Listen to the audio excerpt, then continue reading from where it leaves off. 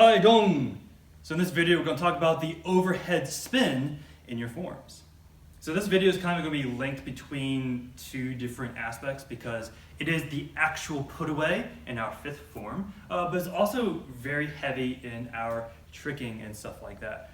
So if you're watching this and you're a little bit confused, like I thought you were like a hardcore traditionalist in terms of Gumdo, I usually am. I just have a whim of fancy to do a little bit more tricking just because that was something that I did a lot more in my even further youth. I mean, that was a good like 7+ years ago, but it was something that I kind of like to do.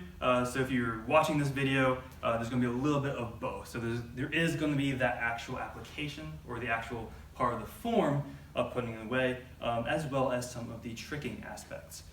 So in terms of tricking, there are going to be parts of this video that anticipate you already knowing how to do the complex figure eight.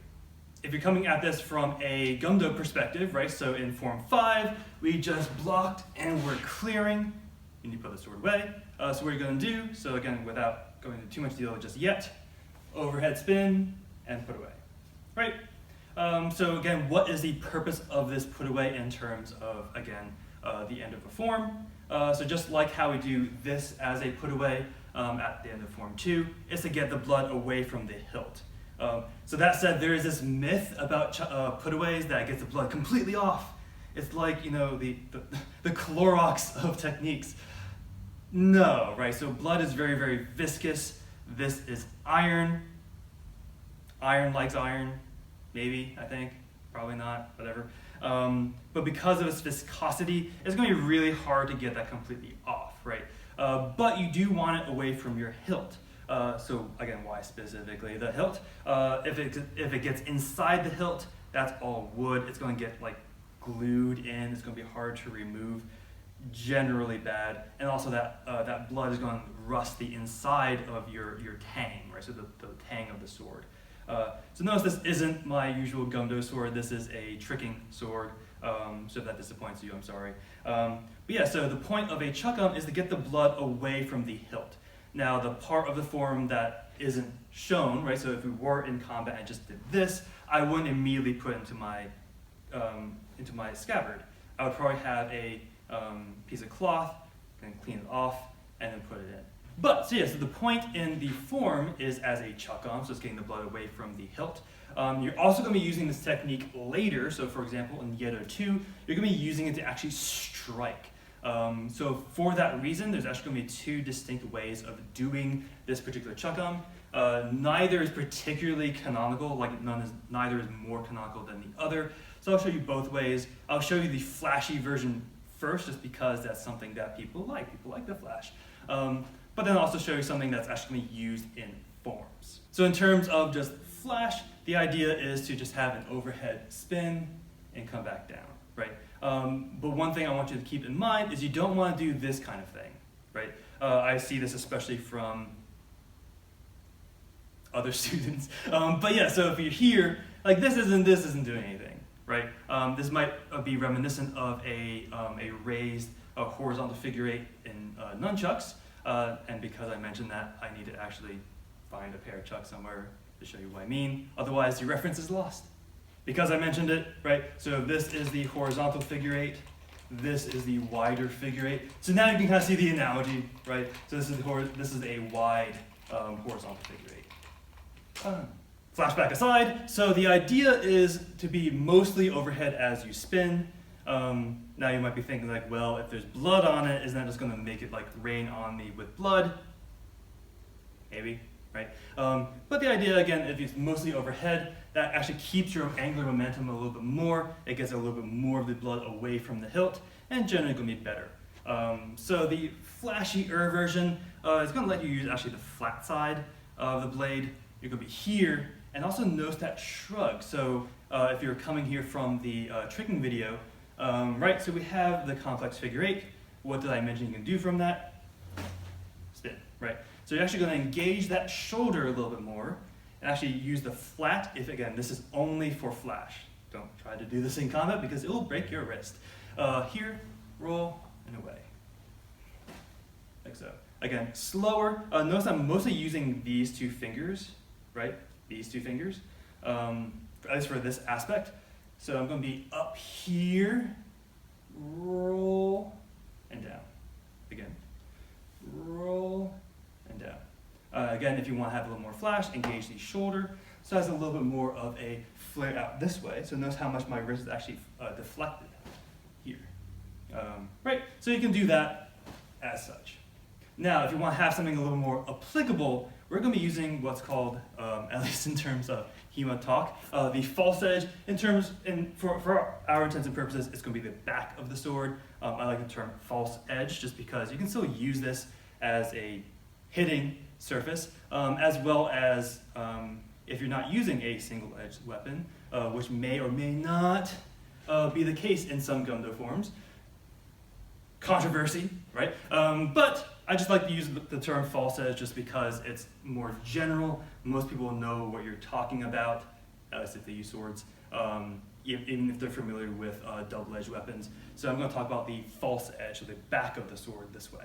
So the idea of this is I'm actually going to be striking with the back, right? So if I'm floppy this way, it's obviously going to get lost. Like any resistance is going to have me deflect, right? Versus if I'm here. So think about almost like you're trying to hit someone's eye, or a really tall person's eye, here. So strike, and then use that momentum. So the power of that strike is actually going to have spent momentum. So here, let it roll away. So notice this is not as pretty because the pretty one kind of like sat overhead like so.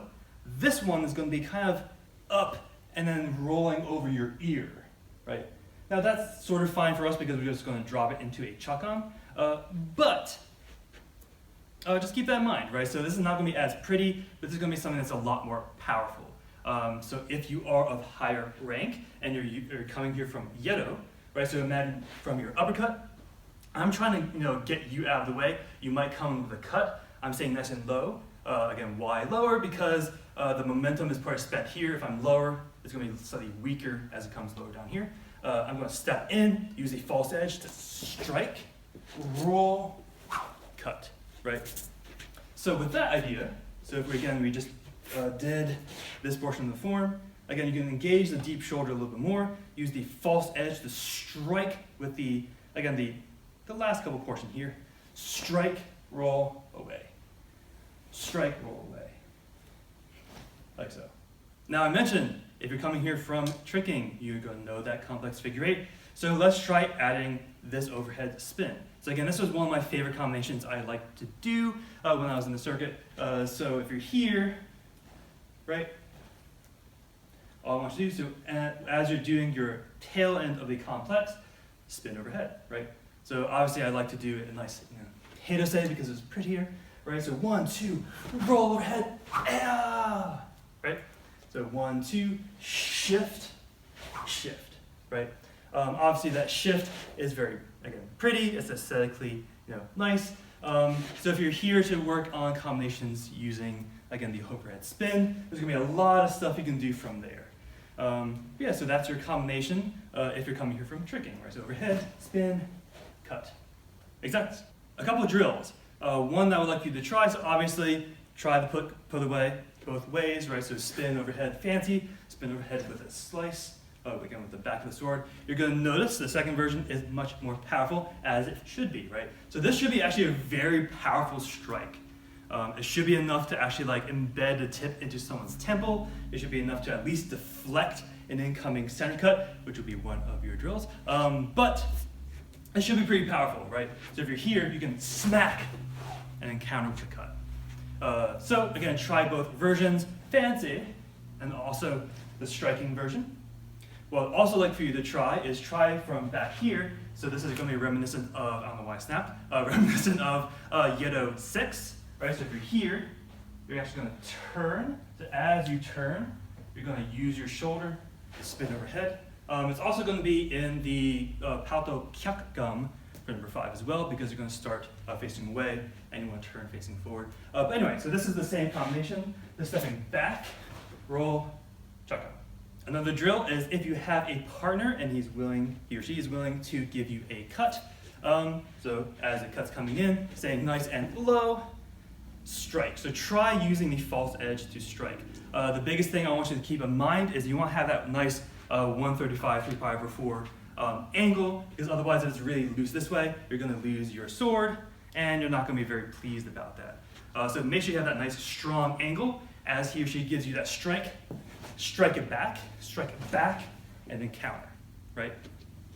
So it's obviously going to be the second drill. And obviously I'm saying obviously a lot. The third drill is going to be try that combination I just showed you, right? So do the complex figure eight. So just try normal figure eight, complex, roll overhead, cut, and that's going to be your final combination, at least in terms of that one. So with that, again, keep training and stay humble. Haidong